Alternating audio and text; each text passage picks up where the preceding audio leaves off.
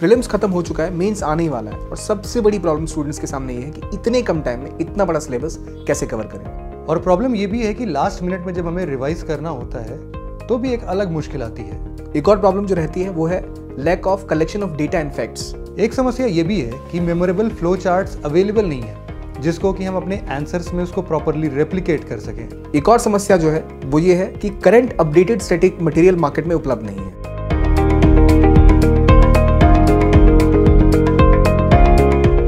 जब बात आती है लिमिटेड टाइम की और इतने बड़े सिलेबस की, तो बात यह है कि आपके पास इतनी सारे सब्जेक्ट्स हैं कवर करने को, इतना कम टाइम है, 70 से 80 दिन ब्रॉडली बच रहे हैं आपके पास।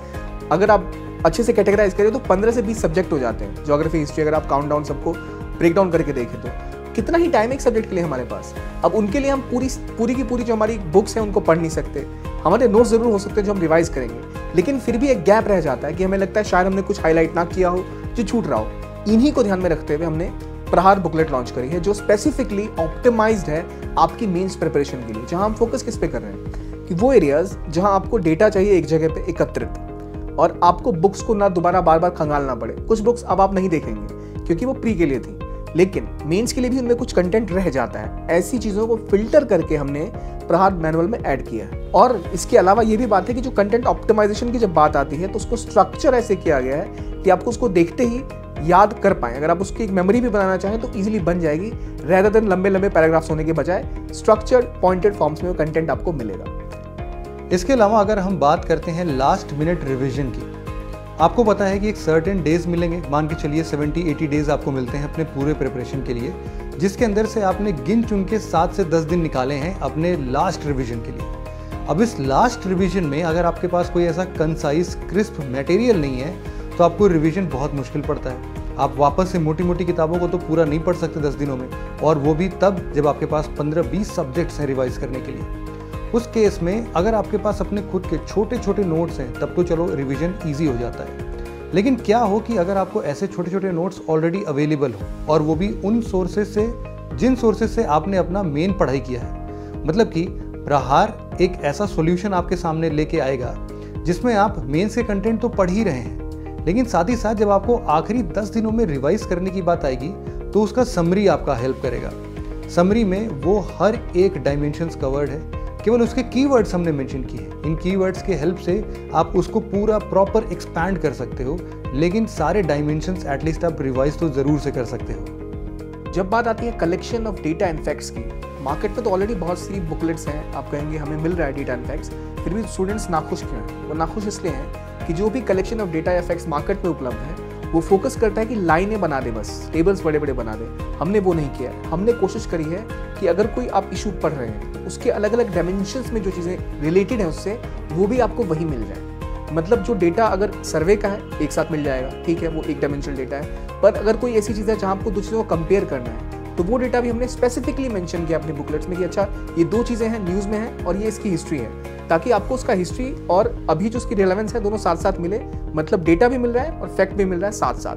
तो कोशिश है ऐसा जो भी कलेक्टिबल डेटा टेबुलर फॉर्म्स में हो या छोटे छोटे टेबल्स में हो जो याद करने के लिए आसान हो, वो इसमें इंट्रोड्यूस किया गया है। इससे आपको फायदा ये होगा कि जब आप उसको देखेंगे तो याद करना आसान होगा, अलग अलग डायमेंशंस आपको मिलेंगे, वो ऑप्टिमाइज फॉर्म में होगा।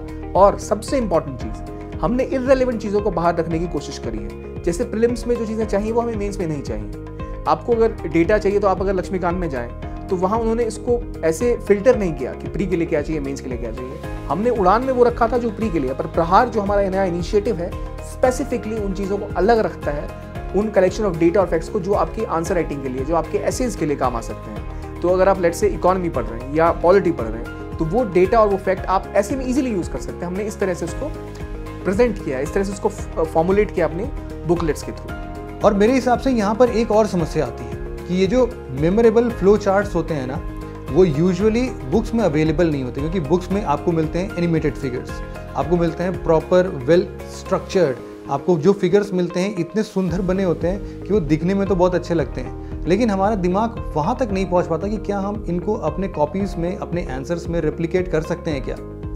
अगर आपको यहाँ पर ऐसे मेमोरेबल फ्लो चार्ट्स मिल जाए, मेमोरेबल डायग्राम्स मिल जाए, मेमोरेबल इन्फोग्राफ्स मिल जाए, जिनके हेल्प से आप उनको हूबहू अपने आंसर्स में भी रेप्लिकेट कर सकते हो, तो definitely it will help you a lot. क्योंकि आपको डेटा, फैक्ट्स, फिगर ये सारी चीज़ें तो याद रहती हैं। एट द सेम टाइम अगर आपका माइंड इस तरीके से पढ़ के ट्रेंड हुआ है कि आपको सेम फ्लो चार्ट्स एग्जाम में याद आ रहा है, तो आप उनको हूबहू लिख सकते हो। तो definitely it will boost up your answer. आपका आंसर इससे काफ़ी हद तक डिफरेंट होगा। सपोज करो आपके पास इंडिया का एक मैप है जो कि बहुत बढ़िया से एनिमेटेड है और उसमें हम लोग अर्थक्वेक जोन को डिफाइन कर रहे हैं। तो आपके दिमाग में कभी नहीं आता है कि उसको हम कैसे अपने पेपर पर ड्रॉ भी कर सकते हैं कि नहीं। लेकिन अगर आपके पास एक हैंड ड्रॉन इंडिया का मैप है, उसमें कुछ हैंड ड्रॉन इमेजेस के थ्रू हमने कुछ लाइंस ड्रॉ करके उसको ऐसे से कुछ कलर कर दिया है, तो डेफिनेटली वो आपके दिमाग में ना छप जाएगा और एक आप डेफिनेटली अटेम्प्ट लोगे कि ये भी हम अपने आंसर्स में ड्रॉ कर सकते हैं। सिमिलरली ऐसे बहुत सारे फ्लो चार्ट्स होंगे जिनको इस प्रहार में इंक्लूड किया गया है और ये आपको हेल्प करेंगे आपके फाइनल आंसर शीट्स में। जब बात आती है करंट अपडेटेड स्टैटिक मटेरियल की, तो मार्केट में बात यह है कि आप बहुत कुछ पढ़ के आए, प्रीलिम्स आपने क्लियर किया है, आपने पॉलिटिकली लेट से लक्ष्मीकांत पढ़ लिया। लक्ष्मीकांत अब दोबारा पूरी की पूरी नहीं पढ़ सकते, ठीक है। हमारा खुद का भी जो एडिटोरियल मटेरियल है इतना ज़्यादा फेमस है, ऑथेंटिक और क्वालिटी कंटेंट है वो, पर आपको हम कहें कि भाई आप 1 साल का एडिटोरियल के एनालिसिस पढ़ लो 1 हफ्ते के अंदर, फिजिबल नहीं है। हमने उसके बीच का रास्ता इस्तेमाल किया है कि जहां आपको करंट भी मिल रहा है, स्टैटिक भी मिल रहा है। स्टैटिक में जो पोर्शन पॉलिटी का आपके लिए रेलेवेंट है फॉर मेंस, वो हमने डाला है। उन पोर्शन से जो चीज़ें हमारे एडिटोरियल्स की मैच कर रही है या जो करंट में हुआ है, कंट्रोवर्सी है, उसको उससे अपडेट किया है। तो जो स्टैटिक मटेरियल है वो कंप्लीटली अपडेटेड है with current news and analysis.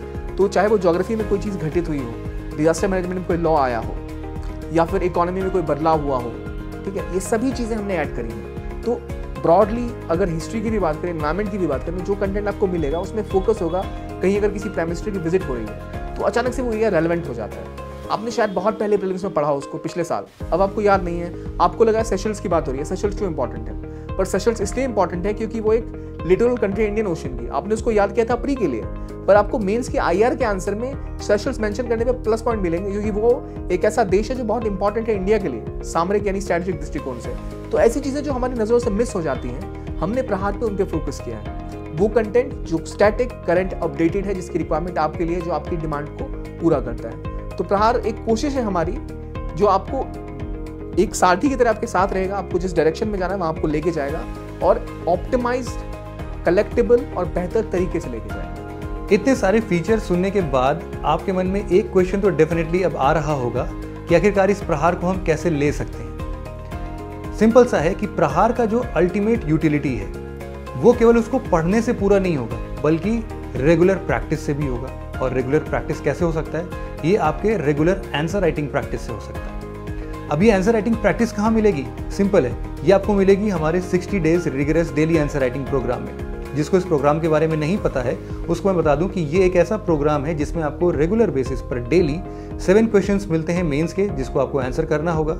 And at the weekend आपको क्या मिलेगा? एक फुल लेंथ टेस्ट, आपको उसे भी लिखना रहेगा। तो ये एक रेगुलर सिलसिला चलेगा 60 डेज तक। आप प्रहार से अच्छे से अपने कॉन्सेप्ट को क्लियर करोगे, चीज़ों को रिवाइज करोगे, और उसकी जब प्रैक्टिस करने की बात आएगी कि उसको आंसर में कैसे वापस से प्रोड्यूस करना है, तो उसके लिए हमारा 60 डेज रिग्रेस प्लान है। और ये होगा आपका कॉन्क्रीट प्लान आपके मेंस 2021 के लिए। अगर आपको 60 डेज रिग्रेस प्लान ज्वाइन करना है तो आपको सिंपली dpp.onlyis.in पे जाना है। वहाँ पर आपको इनरोल करिए, वहाँ पे कुछ आपसे शायद डिटेल्स पूछे जाएंगे, आप उन डिटेल्स को फिलअप करिए, उसको ज्वाइन करिए और प्रहार की फिजिकल फॉर्म्स वाली बुकलेट आपके डोर स्टेप पर पहुँच जाएंगी। तो बस आज के डिस्कशन में इतना ही था। आशा करता हूँ कि ये प्रहार और ये 60 डेज रिग्रेस प्लान आपको डेफिनेटली आपके मेंस में हेल्प करेगा। Thank you very much for listening it very patiently friends. Have a nice day.